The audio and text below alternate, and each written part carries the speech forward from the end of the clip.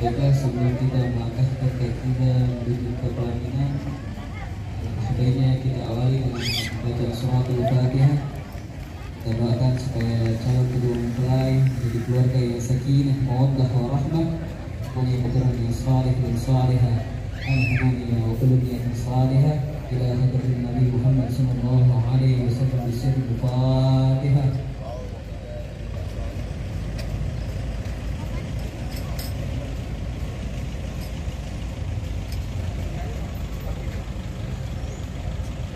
صلوا على النبي محمد اللهم صل وسلم وبارك عليه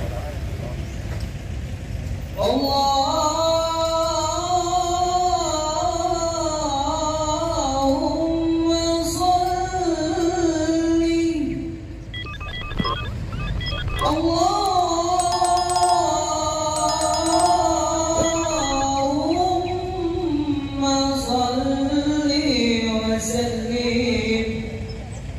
وأنعم وتفضل وبارك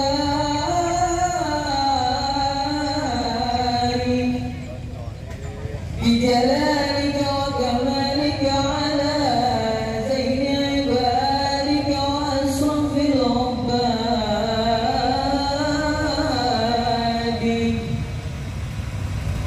أشهد يا ربي والعلم والإمام طيبة والحرام وترجمان بلسان الكتاب ومنبع العلم والعلم والهمة